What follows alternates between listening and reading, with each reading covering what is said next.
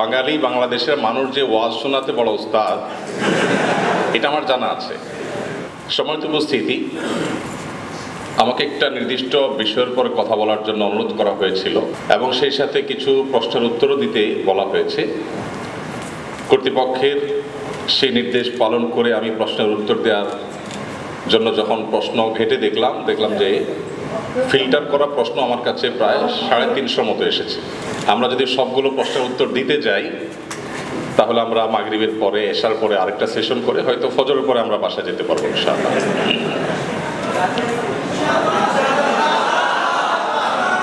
আমি জানি সেটা, আমি জানি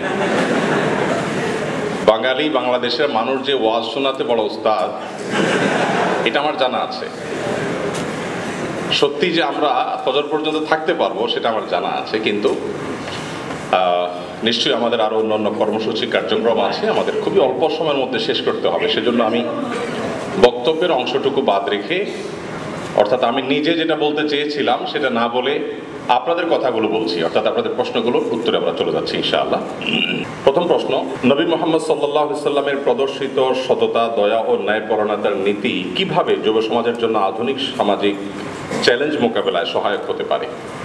প্রত্যেকটি প্রশ্ন মাশাআল্লাহ আপনারা সমাজের সবচাইতে ক্রিম অংশ, সমাজের ভবিষ্যৎ কর্ণধার এবং আপনাদের যে চিন্তা চেতনার তেজ, ধার এবং গভীরতা, সেটার কারণে প্রতিটি প্রশ্নই খুবই চমৎকার এবং অসাধারণ। অনেক মুসলিমও আমরা এই চিন্তা করি যে নবী সাল্লাল্লাহু আলাইহি সাল্লাম আসলে বিশ্বকে কি দিয়েছেন। এই প্রশ্নের সাথে সেই প্রশ্নের উত্তরের সম্পর্ক অত্যন্ত সুগভীর। পৃথিবী আজ হাড়ে হাড়ে টের পাচ্ছে এবং অনুভব করছে পৃথিবী যেটাকে উন্নতি মনে করেছে তার অনেক কিছুই পৃথিবীর গলার ফাঁস। পৃথিবী যেটাকে উন্নতি মনে করেছে তার অনেক কিছুই আজ পৃথিবীতে মানুষের গলার কাঁটা। মুহাম্মদ সাল্লাল্লাহু আলাইহি সাল্লাম যেহেতু আল্লাহ রাব্বুল আলামিন কর্তৃক গাইডেড, আল্লাহ সুবহানাহু ওয়া তাআলা তাকে পথ প্রদর্শন করেন সরাসরি। মানব জাতির জন্য যে জিনিসটার সবচেয়ে বেশি প্রয়োজন সেই জিনিসটাই তিনি মানব জাতিকে দিয়ে গেছেন। আমাদের তরুণ এবং যুব সমাজ আধুনিক সামাজিক চ্যালেঞ্জ মোকাবেলা করার জন্য 2025-এর পৃথিবীতেও মুহাম্মদ সাল্লাল্লাহু আলাইহি সাল্লামকে চর্চা করার কোনো বিকল্প পথ তাদের সামনে আর খোলা নেই। কারণ মুহাম্মদ সাল্লাল্লাহু আলাইহি সাল্লাম সেই মানুষ যার জীবনে বাধা এসেছে সবচেয়ে বেশি।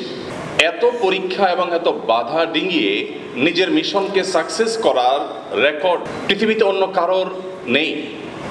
আপনি যদি দেখেন নবী সাল্লাল্লাহু আলাইহি সাল্লাম মক্কায় যখন আগমন করেছেন, তিনি একটি বৈরী পরিবেশে এসেছেন।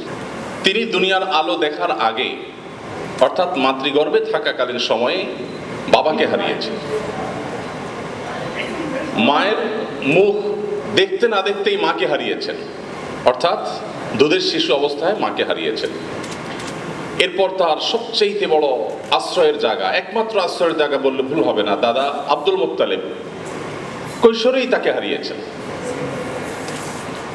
তারপর তার জীবনের সবচেয়ে কঠিন সময়, যেটি ইতিহাসবিদরা যেটাকে আমাল হুজন বা তার জীবনে কষ্টের বছর বলে আখ্যায়িত করেছে, সেই বছরে যে বছর সবচেয়ে বেশি অপমান, লাঞ্ছনা, হ্যারাসমেন্ট, নির্যাতন, নিষ্পেষণ, স্টিম রোলার এসেছে, যখন সাহায্যের সবচেয়ে বেশি দরকার, তখন তার পায়ের নিচে থাকা সর্বশেষ দুটি আশ্রয় এক এক করে মাটি সরে যাওয়ার মতো সরে গিয়েছে।